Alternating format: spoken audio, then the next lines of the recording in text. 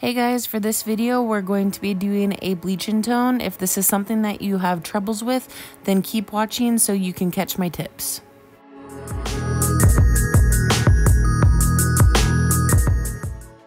If you want to keep up with me more often, you can follow me on Instagram at Christy@thecottage. And for today we're using Schwarzkopf BlondeMe with 20 volume and olaplex.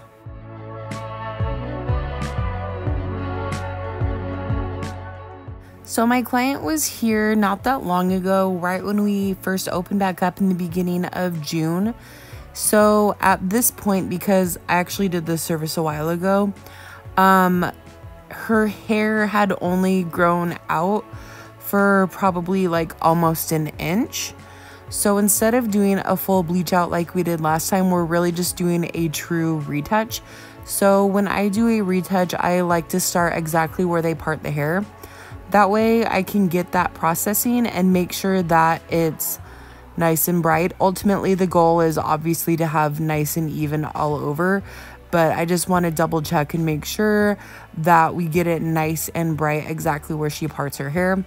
And I forgot my olaplex, so that's why I was adding it into the lightener.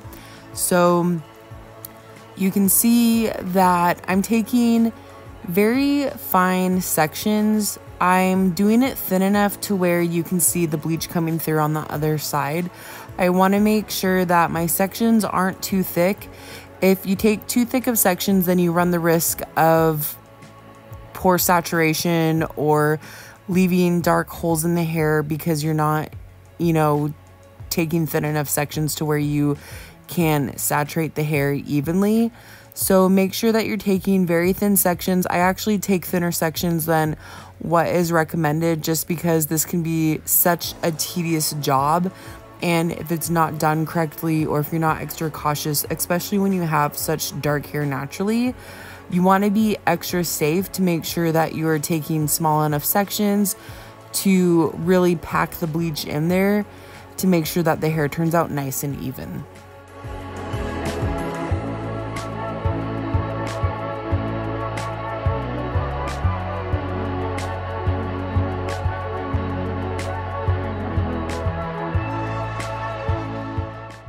As I'm applying the lightener, I'm being very cautious not to overlap onto the previously lightened hair.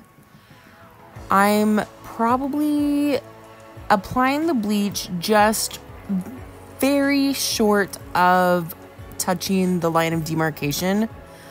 That way, as she processes, I know it's going to swell a little bit and it will kind of cover that area. But because her hair is so lightened from before, I want to make sure that I don't create any damage by overlapping.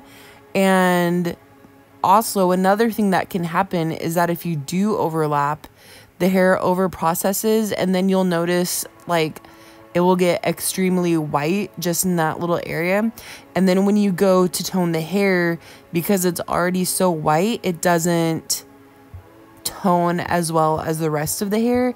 You'll notice areas where it's so porous and so bleached out that now it tends to overtone. So if you overlap the bleach or over bleach the hair in general, you'll get little areas where it overtones and tends to go like gray or violet.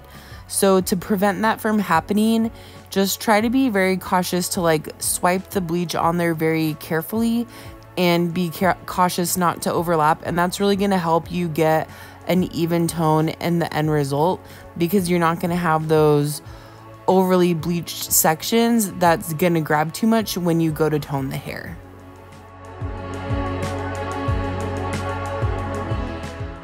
I didn't have to do this with my client this session, but before I've done it with other clients, she's actually coming in right at the perfect time where her grow out isn't too bad at all. Like it's honestly like right at the perfect time for the service. But if her grow out was any longer and if I had really dark hair to work with, something that you could do if you haven't is use foils in between your sectioning. So say you're applying the bleach and then you do like maybe 2 or 3 sections after that, you can just apply a little sheet of foil to that section, and that's going to help insulate the lightener and prevent it from drying out. It's going to help the process go a little bit faster. It's going to help insulate any of the heat that you need to help the process go along. And I usually do that all the time if somebody has like a couple inches of grow out that they're wanting to re-bleach. Just because if somebody has like a minimal amount of grow out like what my client has today, the natural heat from the scalp is going to help bleach the hair out really nicely. But when you do somebody that has like a couple of inches of grow out, their scalp is going to bleach out really nicely, but then you're going to get kind of a little bit of banding, because beyond just right out the scalp, it's not going to process as nicely.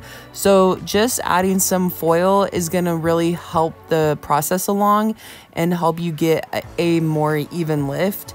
So even though I'm not doing that right now, I just wanted to share that with you guys. I have done that in some of my other videos, which I will try to link some of my other bleach and tone videos if you guys are interested in any of those. And some of those also have like extensions attached to the video also.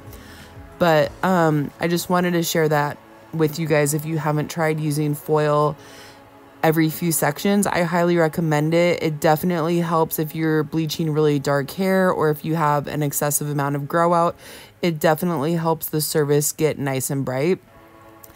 And then also something else that you could do is adding cotton, just kind of laying it between every section. That's also something that can help prevent swelling and overlapping if that's something that you have a hard time with. Definitely utilize some cotton. That will help save your hair from any damage. It will help prevent the bleach from swelling onto the rest of the hair. So those are just some tips. If you guys have anything else that you've tried or thought of, leave it in the comment section below, because I, for one, like to hear suggestions that all of you guys have. We're all learning. There's always something new that we can hear. So if you guys have any tips, please leave it in the section below, because I know I would like to hear what you guys do that works. And I'm sure other people like to check out the comment section and learn new things from you guys as well.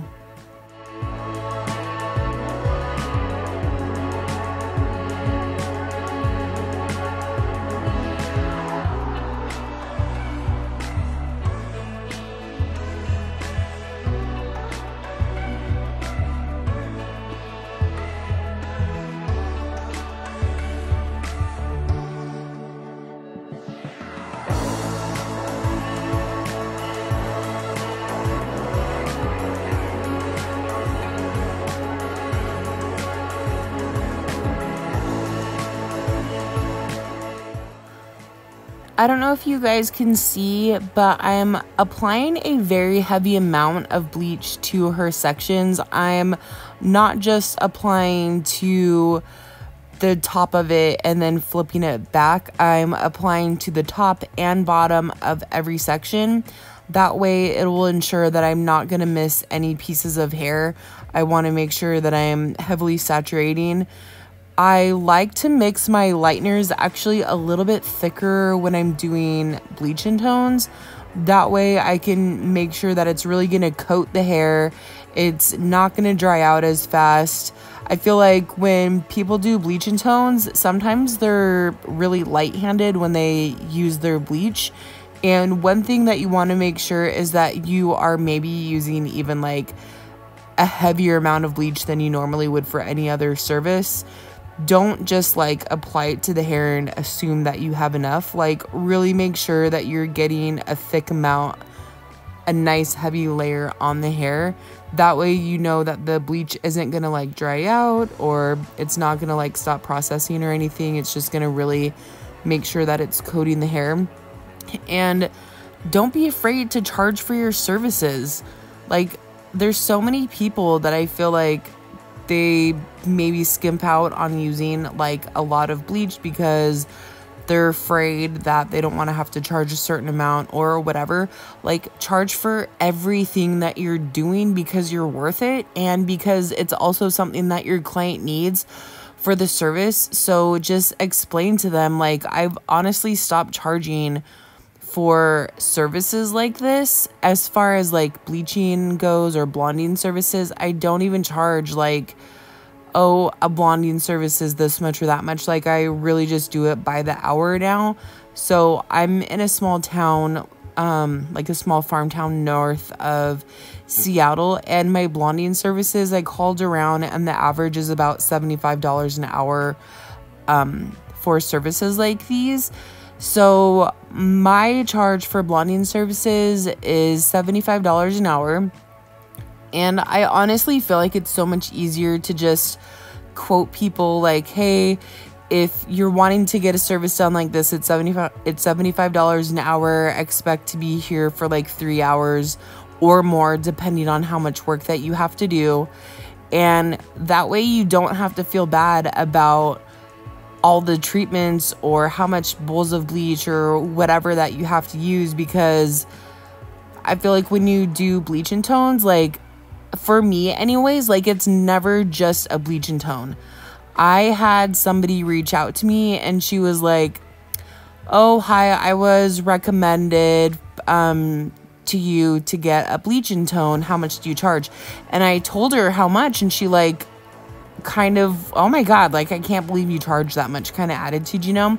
She's like, just for a bleach and tone? And I just kind of had to tell her like, hey, very rarely is it ever just a bleach and tone. Like, I have never done a bleach and tone service where it's literally just been that simple.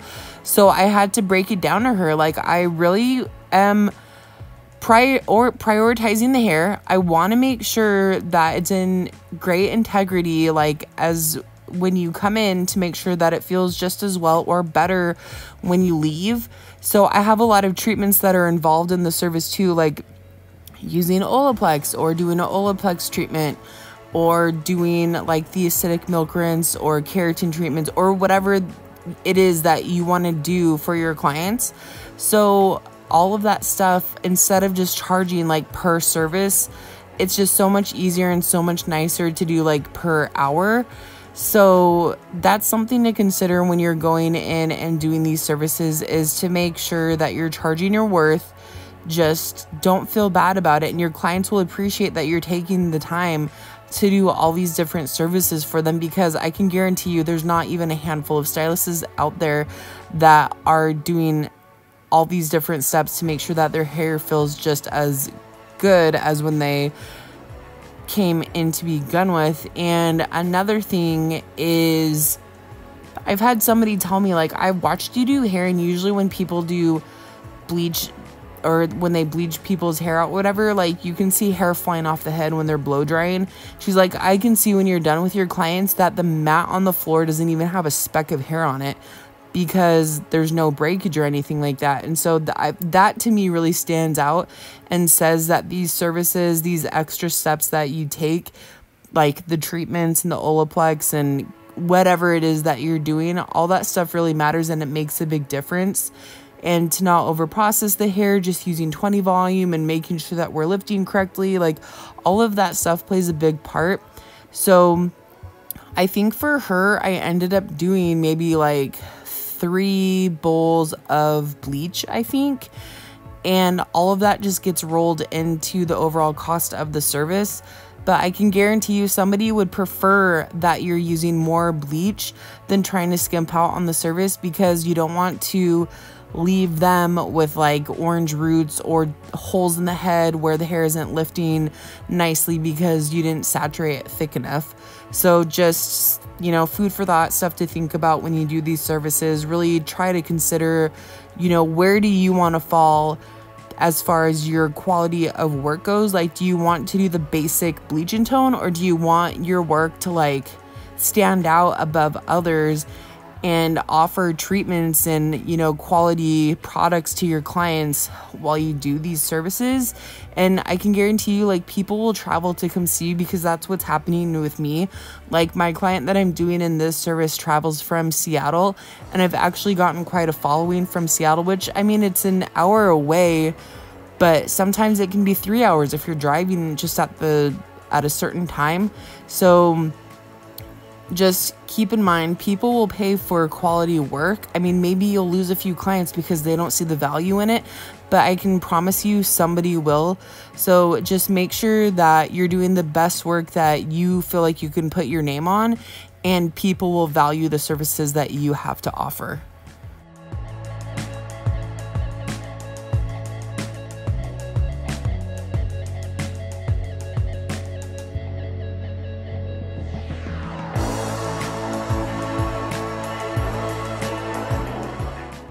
I know I kind of missed it earlier when I was going over her hairline. So one thing to be aware of, and I don't know why this is, I don't know if it's because the hairline is more like exposed, so maybe the bleach just dries out a little bit more, but I feel like the hairline is one area where you want to extremely heavily overly saturate the bleach.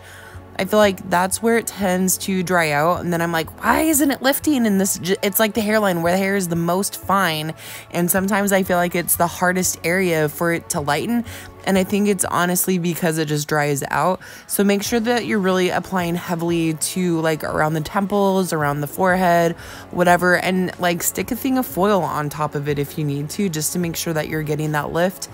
But that's something that I would be aware of, is to make sure that you're double checking the hairline to make sure that the hair is still processing and not dried out.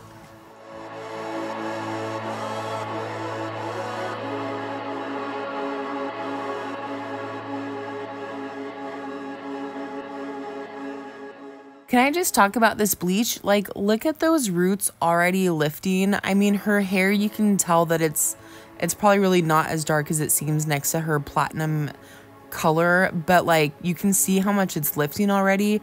I love Schwarzkopf so much. It has such great lift, up to 9 levels, and it has a bond enforcer in it, so it kind of gives the hair extra protection. But I highly recommend this lightener.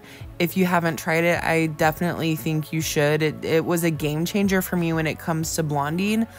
I mean, it's amazing to me that the hair that is so dark, it's already lifting so nicely. Another thing I want to mention is that I never use over 30 volume. I only ever just use 20 volume on the hair, and that's because if you use 30 volume, say that it takes you about 30 minutes or 20 minutes to apply lightener per section, right? If you take about 20 minutes to apply, then all that power might be used up in that first 15 or 20 minutes. If you're still applying, then the bleach is going to be weak at a certain point, where if you use a lower volume developer, like you get a slower, more even lift, and that's going to give you more of a consistent lightness all over, instead of like a really big push of bleach and then it will slow down over time. So then maybe like where you end up applying towards the end of that bowl, it's gonna like not lift as nicely. So that's something to consider. I only ever use 20 volume. Right here, I'm going through and checking my work. Now that her hair is processed and we're getting close to rinsing, I want to make sure that there's no dark spots in the hair, or to make sure that it's swelling enough to meet the line of demarcation. So I'm cross-checking my work by taking like vertical or diagonal sections, and that will show me any holes in the hair if there were any, and everything looked great. Okay, so for my client that we're doing right now, we just did an olaplex treatment and acidic milk rinse, and I let her sit under the dryer for about 10 minutes or so. Now we're going to do her toning, and the last time I toned her hair, I did Paul Mitchell 10AA and probably like 10PA and 9V, but like mostly the 10AA. And the color turned out so pretty. It was like the iciest, like crispest, like cool blonde that I've ever done. Like I was stunned with the color. So I don't have 10AA. I feel like it's kind of a hard color to get my hands on, but I do have like all the other tones, and I have 10A. So I'm gonna mix that right now. I'm probably gonna do the majority of like 10A, like probably half 10A, a quarter 10PA, and a quarter 9V. So we're gonna mix right now. Okay, so here's what I'm mixing with, and also there's the processing solution that I use to go with it. And at first I was going to try to show you how I mix and measure using the scale, but then I realized that I normally mix using ounces. So I'm like, you know what, my math sucks, I can't figure this shit out. So anyways, here it is with the ounces to help you see better of how much I was mixing. And at the very end, you'll see how much I add with just a little drop of rose gold. One thing that I forgot is that I'm going to do like a tiny little drop of the Paul Mitchell rose gold, and that's going to help prevent the toners, since they're also very ashy, from like overtoning and grabbing like extremely ashy or gray. So we're going to just do like literally like a drop. And this is how much I do. It's not even measurable. It's literally just the teeniest little drop. And here's your hair before we tone. I pre-toned with Fanola No Yellow shampoo. And then I let this sit for probably maybe 7 to 10 minutes. I never walk away from my client's hair though. I'm always right here next to it to make sure how it's processing, because sometimes it can just grab in the last minute and go darker. So here's the final result. Nice and even, nice and bright, such a pretty light natural shade, but it's also very cool at the same time, but not so platinum and not so white that it looks unnatural at all. Thank you guys so much for watching. I appreciate you guys taking the time to watch these videos. And these are just some little clips that I had on my Instagram that I shared to my stories, so I thought I'd include them here. And also, I mean, look how cute she is. She's like about to pop having her baby, and she wanted to have perfect hair, and she does. She's just amazing. I love her so much. Thank you guys so much for watching again, and don't forget to like and subscribe.